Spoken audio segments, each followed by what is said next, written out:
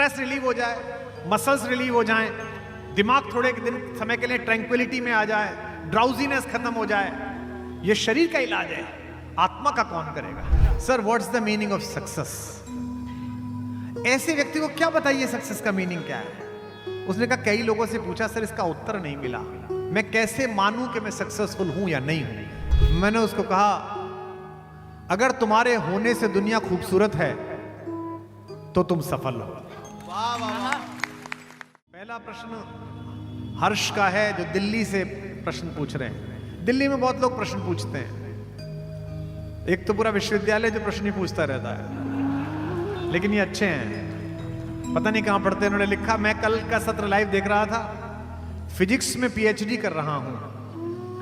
हम जैसे विद्यार्थियों का मूल धर्म क्या है? सिर्फ मन लगाकर अपने अध्ययन करना या आध्यात्मिक चीजों में रुचि लेना? यह इसलिए पूछ रहा हूं कि मन में कुंभ में प्रयाग आने का द्वंद्व है।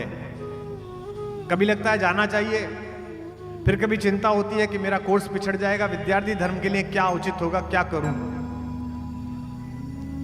अब मैं ये भी नहीं कह सकता कि तुम आ जाओ, पता पड़ा तुम्हारे पिताजी पीछे पड़ गए कि लड़का बुला लिया। लेकिन कुंभ इसलिए आओ हर्ष के, कुंभ एक धार्मिक उत्सव नहीं है,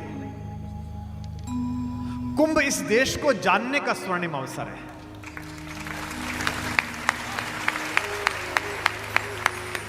और तुम तो फिजिक्स पढ़ रहे हो।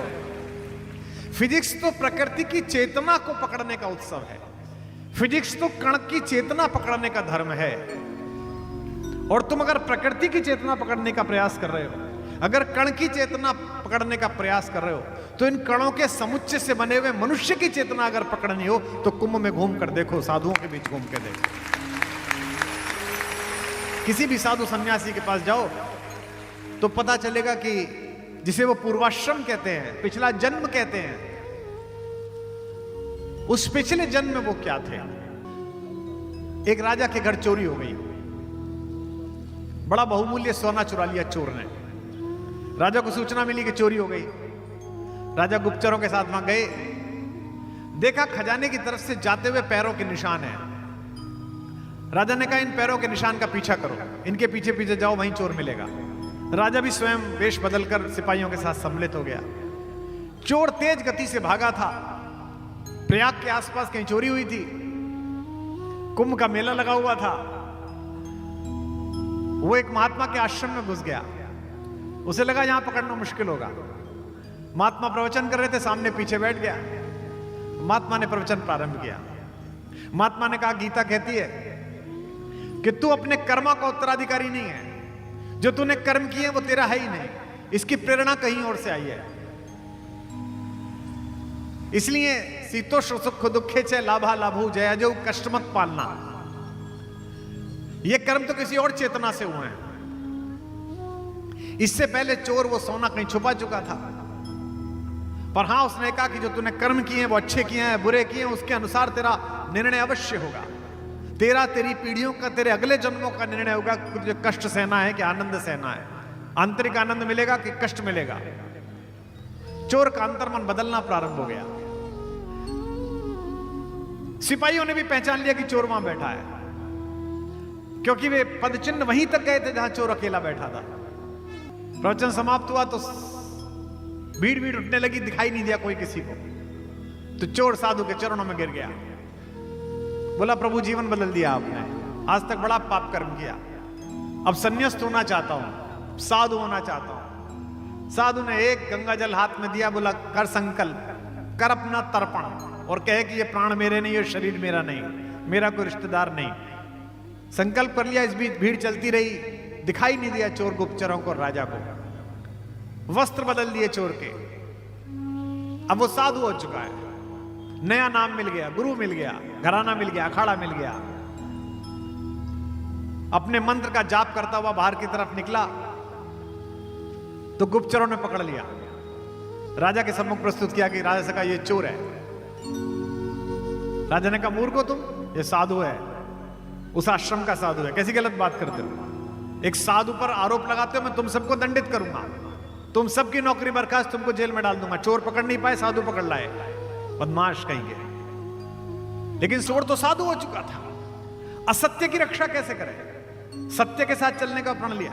उसने कहा महाराज क्षमा दान हो, ये सही कह रहे हैं मैं चोर हूं। राजा ने सोचा साधु का मन है, सिपाहियों को बचाने के लिए झूठ बोल रहा होगा। राजा ने कहा महाराज आप चिंता मत करिए, मैंने सजा नहीं दूंगा, पर मैं जानता हूं आप चोर नहीं हो। साधु ने कहा मैं ही चोर हूं। बोले आप तो साधु हैं। बोले मैं पिछले जन्म का चोर हूं, आपका सोना मैं ही लेकर गया था। राजा ने कहा महाराज सोना लेकर गए थे तो कहां है? बोले मैं जंगल में छोड़ आया हूं। तो बोले छोड़ आए तो किसी को बता ही देते, इन्हीं को बता देते। बोले जब मैंने चोरी छोड़ी ना तो सोना भी छोड़ दिया, अब वो मिट्टी है सोना है, राजा तेरा है मेरा क्या, जहां जाके लिया, नहीं तो कोई और ले गया होगा। ये जो द्वंद है छोड़ देने का, ये बड़ी मुश्किल से आता है। छोड़ देने का तात्पर्य ये नहीं है कि आप जीवन छोड़ के चले जाएं। मां सीता के पिता तो राजा होते हुए भी सन्यासी थे, इसलिए उनका नाम विदेह है, देह में होते हुए देह से बाहर। योगी भी हैं शरण जिनकी जो अनासक्त गेही, जय जय राजा जनक पुण्य देही विदेही। बहुत सारे लोग होते हैं जिनमें साधुता आने के बाद, संन्यास्त भाव आने के बाद भी आकर्षण बचा रह जाता है, और बहुत सारे लोग होते हैं जो घर में रहते हुए भी उस आकर्षण से बाहर रहते हैं। तो ये जो छोड़ देने का निर्णय है ये मुश्किल है, लेकिन ये एक पल में होता है। तार्किक बुद्धि की एक सीमा है, एक जगह आती है जहां तर्क समाप्त हो जाता है। तो हर्ष तुम्हारी फिजिक्स केवल पदार्थ का गुणधर्म बताती है, लेकिन मनुष्य का गुणधर्म वह कुंभ बताएगा। डॉक्टर अवसाद का इलाज कर सकता है, दवाई दे सकता है। क्या दवाई देता है डॉक्टर? डॉक्टर आए होंगे, मैं उन्हें आभार व्यक्त करता हूं, आप मनुष्यता की चिंता करते हैं, लेकिन क्या देता है? स्ट्रेस रिलीव हो जाए, मसल्स रिलीव हो जाए, दिमाग थोड़े दिन समय के लिए ट्रैंक्विलिटी में आ जाए, ड्राउजीनेस खत्म हो जाए। यह शरीर का इलाज है, आत्मा का कौन करेगा? कोरोना के दौरान इम्यूनिटी की चर्चा हुई थी, ये खाओ तो इम्यूनिटी बढ़ेगी, अश्वगंधा खाओ तो इम्यूनिटी बढ़ेगी, मूसली खाओ तो इम्यूनिटी बढ़ेगी। ये सारी दवाएं और तुम्हारी फिजिक्स शरीर की इम्यूनिटी को बढ़ा सकती हैं, लेकिन आत्मा की इम्यूनिटी तो राम की कथा बढ़ाती है, राम का किस्सा बढ़ाता है। जाओ कुंभ क्षेत्र में, आचार्य महामंडलेश्वरों के शिविरों में, हमारे विश्व के अन्य नगरों से भी कुछ लोग सुनने आए हैं। कल ही एक डॉक्टर साहब मिली थी हमें, अमेरिका की बाहर आई हैं, हमारे साथ काम किया उन्होंने कोरोना के दौरान। ये कौन लोग हैं? सबसे बड़ी, इन्होंने सब कुछ पा लिया, इसके बाद भी एक बेचैनी है, उसकी शांति इसी कुंभ में है। क्यों? क्योंकि तुम्हारी फिजिक्स भी यही सिखाती है कि कोई भी कण ऐसा नहीं है जो दूसरे कण को आकर्षण से खींच ना ले, लेकिन तुम्हारे कण का नाभिक बहुत छोटा है। अगर एक कण के नाभिक के खुलने से इतनी ऊर्जा निकलती है कि विश्व भर में प्रकाश जल सकता है, तो अगर किसी संत के हृदय का नाभिक खुल गया तो उसमें से कितना प्रकाश निकल सकता है, कितनी ऊर्जा निकल सकती है, क्या पता। अन्यथा पैसा कमाने से, शक्ति कमाने से शांति नहीं आ रही है। बेचैनी तो सबकी है, हमारी भी है, आपकी भी है। सांसों की सीमा निश्चित है, इच्छाओं का अंत नहीं है। जिसकी कोई इच्छा ना हो ऐसा कोई संत नहीं है। संत की भी इच्छा है, संत मोक्ष चाहता है, भगवान के दर्शन चाहता है, हमारी भी इच्छा है, आपकी भी इच्छा है। हैदराबाद जा रहा था मैं, 1A मेरी सीट थी, 1A या 1F। मैं जाकर बैठा तो किताब कोई लेके चलता हूं ताकि पढ़ता चलूं, तो एक 30-32 साल का सुदर्शन युवक बैठा हुआ था, 6 फीट का गोरा चिट्टा। वो मुझे देखते ही खड़ा हो गया। अरे सर आपके दर्शन, मैं तो आपको बहुत सुनता हूं सर, मैं बहुत दिन से कोशिश कर रहा था आपसे मिलूं। मैंने आपके ऑफिस में फोन भी किया था, मैंने मेल भी किया था। मुझे लगा 2-2.5 घंटे की यात्रा है, ये बहुत बातें करेगा। मैंने कहा जी बहुत कृपा, बहुत कृपा। तो मैं किताब पढ़ने लगा। वो सभ्य बालकों की तरह चुप बैठ गया। फिर बीच में कॉफी आई, मैंने किताब बंद कर दी। अब उसका साहस जगा। उसने मुझसे पूछा सर एक जिज्ञासा थी, बहुत दिन से कोशिश करता था, आप मिलेंगे तो आपसे पूछूंगा। कई लोगों से पूछी लेकिन शांत नहीं हुई। तो मैंने पूछा अच्छा बताता हूं, पर आप अपना परिचय दीजिए, आप कौन है? बोले साहब मैं इंजीनियर हूं और मैं खड़गपुर IIT से पढ़ा हूं, आप मेरे आए थे प्रोग्राम करने। मैंने कहा कहां नौकरी करते हैं? नौकरी नहीं करते सर, हमारी अपनी कंपनी है, हैवी मशीनरी बनाते हैं। तो मैंने कहा अच्छा कैसी हैवी मशीनरी बनाते हैं? बोले सर वो जैसे समुद्र में ऑप्टिकल फाइबर डालने वाली मशीन बनाते हैं, और भी कई मशीन बनाते हैं, 20 मीटर डाया का पेड़ 20 फीट नीचे खोद के उठाने की मशीन बनाते हैं। अभी इजराइल को हमने 500 करोड़ की मशीन दी है। अब जब उसने कहा इजराइल को दी है तो मैं जागा, कि जो दुनिया को दे रहा है ज्ञान उसको इसने दिया। तो मैंने कहा तुम्हारी कंपनी है? कह रहे हाँ सर, हम 3 पार्टनर हैं, तीनों एक साथ पढ़ते थे, पहले टाटा में नौकरी की, अब अपनी कंपनी खोल ली है 4-5 साल से। तो मैंने कहा कितना टर्नओवर है? तो शर्माया, बोला सर ऐसे ही थोड़ा सा 3600 करोड़ का है, स्थिरता आ गई तो इस साल 5000 करोड़ कर लेंगे, ऐसा उसने बोला। उसके मोबाइल पर एक बहुत सुंदर महिला का फोटो था, 2 बच्चे थे। मैंने कहा ये पत्नी है आपकी?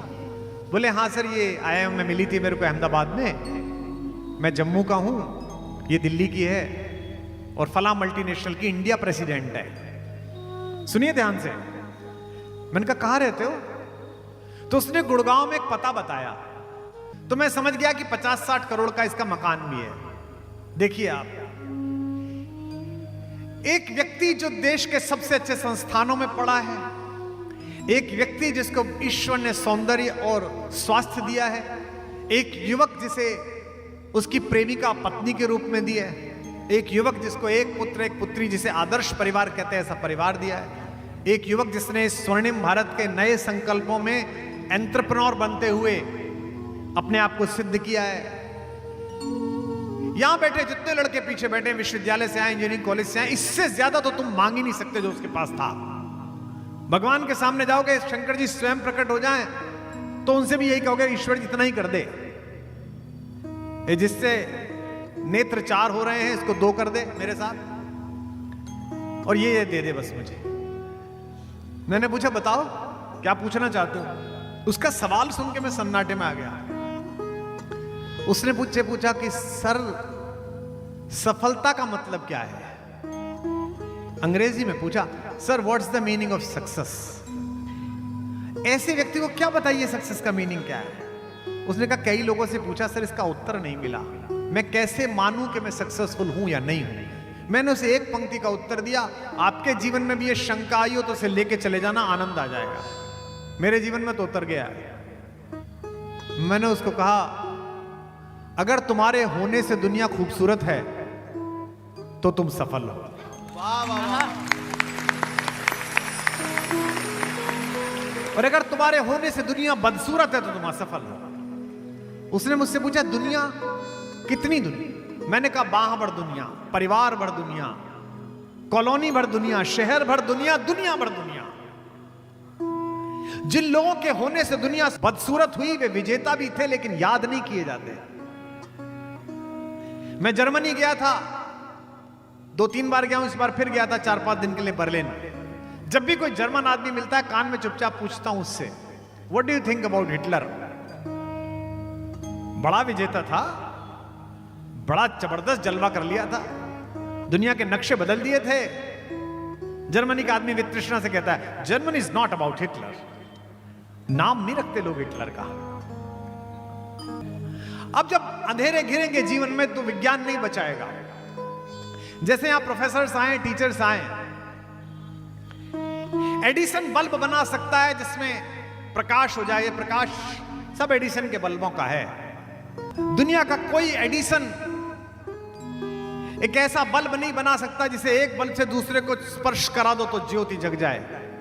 ये केवल गुरु नामक दीपक है जिससे हजारों लोग जीवन भर में मिलते हैं और उनके अंदर ज्योति पैदा हो जाती है, प्रकाश पैदा हो जाता है। तो जब जब जीवन में अंधेरा गिरेगा, जब जब कष्ट गिरेगा, तब तब ये राम कथा की इम्यूनिटी काम आएगी। तो तुम्हारा तो केवल सिलेक्शन ही नहीं हुआ, तुम तो केवल एक एग्जाम में फेल हुए, तुम तो केवल एक चुनाव में हारे, तुमको तो एक बार टिकट ही नहीं मिला, तुम्हारा तो एक शेयर ही नीचे गिरा। लेकिन जिसके जीवन से सब कुछ छीन लिया गया, एक रात्रि में ही राज्याभिषेक से वनवास की यात्रा तय कर दी गई, उसे एक व्यक्तित्व ने बिना किसी चमत्कार के इस देश को प्रभुता संपन्न कैसे किया, ये राम की कहानी बताती है। 2 शब्द हैं अलग अलग हर्ष बाबू, एक चेतना और एक चिंतन है। चेतना वैज्ञानिक रखो और चिंतन आध्यात्मिक रखो। चेतना तो प्रतिपल की है ना, ये गर्मी लगी, ये जाड़ा लगा, गर्मी लगी तो ठंडे की तरफ जाओ, जाड़ा लगा तो गर्मी की तरफ जाओ, जाड़ा लग रहा है तो ये हीटर जला लो, गर्मी लग रही है तो एसी चला लो, ये चेतना है। लेकिन चिंतन, कि इसके शीतोष्ण सुख दुख में भगवान के प्रति कृतज्ञ कैसे रहें। और तीसरी बात फिर कह रहा हूं इस बच्चे के लिए जिसने दिल्ली में पूछा, जो सुन रहा होगा, चेतना वैज्ञानिक रखो, चिंतन आध्यात्मिक रखो और चिंता शून्य रखो, बिल्कुल शून्य, कुछ करना ही। और ये चिंता शून्य कब होगी? जिस दिन भगवान पर यह भरोसा हो जाएगा कि वो है, जिस दिन ईश्वर पर यह भरोसा हो जाएगा कि पीछे है। आस्तिकता का प्रश्न नहीं है, नास्तिकता का प्रश्न नहीं है। प्रकृति पर भरोसा करो, स्वयं के पुरुषार्थ पर भरोसा करो, अपने परिवार के संस्कार पर भरोसा करो, लेकिन इस पर भरोसा करो जो है ही नहीं आपका, तो फिर क्या करना? पैसे पे भरोसा कर लिया, इसका क्या करना भाई? शक्ति पे भरोसा कर लिया जो तुम्हारी है ही नहीं, पद पर भरोसा कर लिया जो आज है कल नहीं है, फिर क्या करोगे? उधर वो हाथों में पत्थर बदलते रहते हैं, इधर भी अहले जुनू सर बदलते रहते हैं। ये दबदबा, ये हुकूमत, ये नशे दौलत, किराएदार हैं, सब घर बदलते रहते हैं।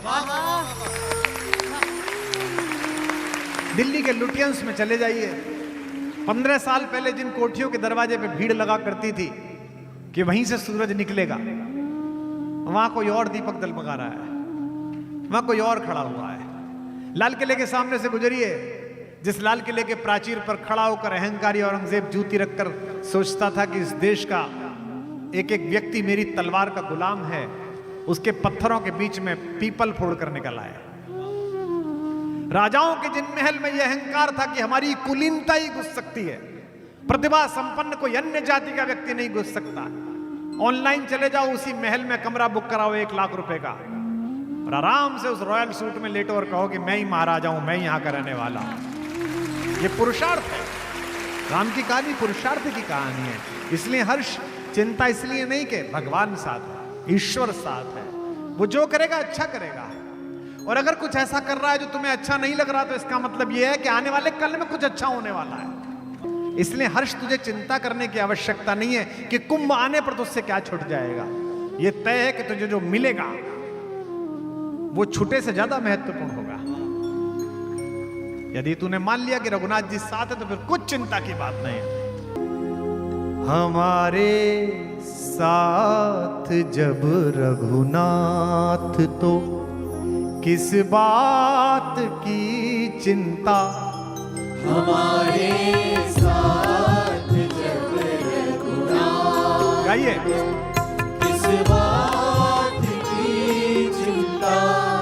शरण में रख दिया जब मात, तो किस बात की चिंता। शरण में रख दिया जब मात, तो किस बात की चिंता। हमारे साथ जब रघुनाथ, तो किस बात की चिंता। हमारे साथ जब रघुनाथ, तो किस बात। वृंदावन में गोपाल भट्ट जी एक बहुत सिद्ध संत रहते थे, वीतरागी टाइप के। एक दिन किसी ने कहा, महाराज जी भंडारा करा दीजिए, जन्माष्टमी आ रही है, छोटे ठाकुर का जन्मदिन है। बोले कर लो। महाराज जी इतने पैसे लगेंगे। अच्छा, पैसे तो है नहीं, देखता हूं। किसी सेठ के पास चले गए, कहा सेठ जी ये इतने पैसे दे दो मुझे, 10,000 रुपये भंडारा कराना है। पुराना जमाना था, 10,000 में बहुत बड़ा भंडारा होता था। सेठ जी ने कहा कब दे दोगे महाराज? बोले भक्त आते रहते हैं, चढ़ावा आता रहता है, 6 महीने में दे दूंगा। दे दिए, भंडारा हो गया, अद्भुत भंडारा हो गया। अब 5 महीने बीत गए, भक्त आए नहीं, चढ़ावा आया नहीं। तब तक गोपाल जी को चिंता नहीं थी। गोपाल भट्ट, जब 1 महीना रह गया, भट्ट जी को चिंता शुरू हुई कि ये सेठ जी के पैसे देने। अब ध्यान में मन ना लगे, कन्हैया की मूर्ति के सामने जाए तो मन ना लगे। जब 5 दिन रह गए तो लड़ने लगे ठाकुर से कि क्या फजीता पाल दिया मेरी जान को, बर्थडे तेरी और फंसा मैं पढ़ाऊं। हैं, ये क्या है, पैसे ही नहीं आ रहे। अब ठाकुर मुस्कुराए मुरली लेके, और भट्ट जी का मन नहीं लगे। अधरम मधुरम मधुराधिपते, फिर बीच में रुक जाए, बोले पैसे कब देगा? ठाकुर तो मुस्कुराए।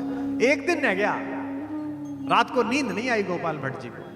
और कहा कि सुबह फिर जाके सेठ से क्षमा मांगनी पड़ेगी, कहना पड़ेगा कि मैं वचन भंग का दोषी हो गया, प्रायश्चित करूंगा, तपस्या करूंगा यमुना जी के जल में बैठ के। सुबह सेठ जी उठे, 8 बजे गोपाल भट्ट उनके द्वार पर पैसे का थैला लेके बोले, सेठ जी आपने बड़ी कृपा करी है, 10,000 रुपए। सेठ जी ने कहा, पंडित जी सुबह सुबह क्यों आ गए, मैं ले लेता, ऐसी क्या बात थी। नहीं नहीं, आज आखिरी दिन था, पैसे देखे। उधर असली गोपाल भट्ट चिंता में ही है।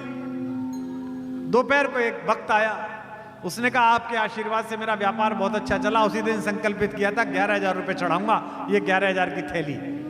गोपाल भट्ट जी प्रसन्न हुए, तुरंत 10,000 रुपए निकाले, पहुंचे सेठ के पास, बोले सेठ जी पैसे। सेठ जी बोले, भट्ट जी सुबह ही तो देके गए थे। बोले मैं कब आया था। बोले ये रही बही, ये रहे आपके अंगूठे के, आपका अंगूठा। बोले हाँ सुबह ही तो देखे गए थे, प्रसाद ग्रहण करा हम दोनों ने साथ में। गोपाल भट्ट समझ गए, आए और थैली लेके ठाकुर के सामने पटकी कि जब यही नौटंकी करनी थी तो मेरे को क्यों फंसवाया वहां जाके, जब पहले ही देके आया तो। ये अभी हुआ है 20-40 साल पहले। न खाने की, न पीने की, न मरने की, न जीने की। न खाने की, न पीने की, न मरने की, न जीने की। रहे हर सांस में रघुनाथ के प्रिय नाम की चिंता। रहे हर सांस में रघुनाथ के प्रिय नाम की चिंता। हमारे साथ जब रघुनाथ को इस बात। बोल सियावर रामचंद्र भगवान की।